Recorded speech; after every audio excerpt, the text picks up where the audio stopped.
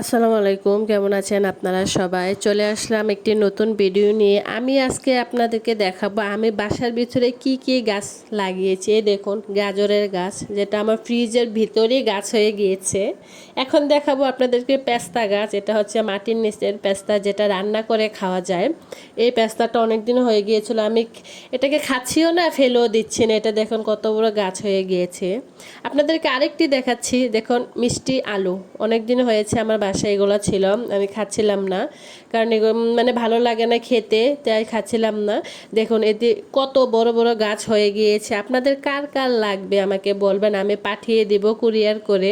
কে কে আমার মতো বাসার ভিতরে এরকম গাছ লাগিয়েছেন, বা কার কার এরকম গাছ বাসার মধ্যে হয়েছে, এটাও আমাকে অবশ্যই বলবেন।